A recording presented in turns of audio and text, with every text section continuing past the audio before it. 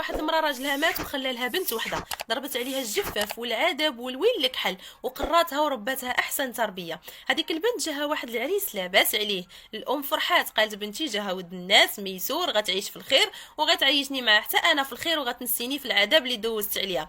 ولكن الفكره د البنت ما كانتش هكا. البنت جمعات حويجاتها وقالت لها امي انا غاده للفيلا ديالي لداري وانتي غتجلسي في دارك ومصروفك غادي يلحقك. الام كانت فرحانه باش تمشي مع البنت، ولكن فاش شافت بنتها ما باغاش قالت راحت بنتي اهم مني انا. خلات بنتها مشات. من الاسبوع لاسبوع نسيبها كيتقدى ليا من كل شيء ما كيخليها خاصه حتى شي حاجه.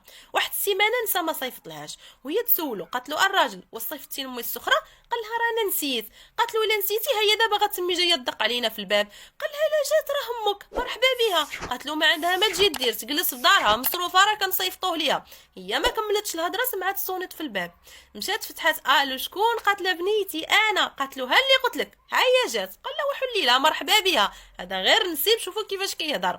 مع الفتحه قالت لها اش جايه ديري؟ راه غير نسى ما صيفطلكش مصروفك راه في العشيه كان غيصيفطولك. قالت لها بنيتي انا ما جايبنيش عندك الجوع وما جايبنيش عندك المصروف، انا جايبني عندك الوحش توحشتك يا بنتي، انا جابني الوحش وبغيت نشوفك. قالت لها ودخلي دخلي دابا حتى يصبح ويفتح. المهم كلاو اللي قسم الله هذيك بنتها يلاه فرشت واحد الصاله الخوت غاليه ولكن ما كتغلاش على الام. يلاه الام مشات حطت راسها فوق ديك السدادر ديال الصاله وهي جات نوضتها قالت لها نوضي غادي تبولي ليا فوق الفراش تقعدي انت امي كتبولي. قالت لها بنيتي ما بغيتش كنبول كاع ما تخافي بنيتي. قالت لها لا نوضي انا فرشت لك الكاتري حدا الطواليت نعسي حدا الطواليت. نعسات الام ديالها حدا الطواليط وفي الصباح فيقتها بكري نوضي يا امي تفطري خصها غير فوقاش تصدر امها. شوفوا على امومه كيفاش دايره يا الخوت.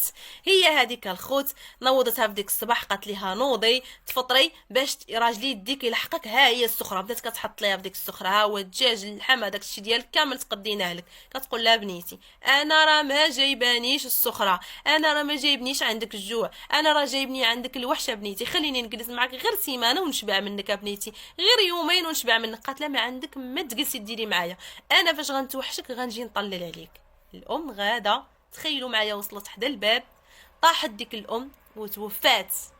البنت بقات كتغوت امي نوضي امي مالك؟ جا نسيبها قلبها قال لها امك توفات فات عليك الفوت وفات عليك الترن تسد عليك باب من ابواب الجنه. بقات كتغوت وميمتي نوضي وميمتي غنعوضك على كل شيء وميمتي ما كنتش عارفه الموت جايبك عندي وميمتي سمحي لي ولكن كنقول لك اختي فات عليك الوقت تسد عليك باب من ابواب الجنه. الام مشات والام ما كتعوضها حتى شي حاجه في الدنيا. الا عجبتكم القصه ما تنساونيش من لايك وحركه الاكس.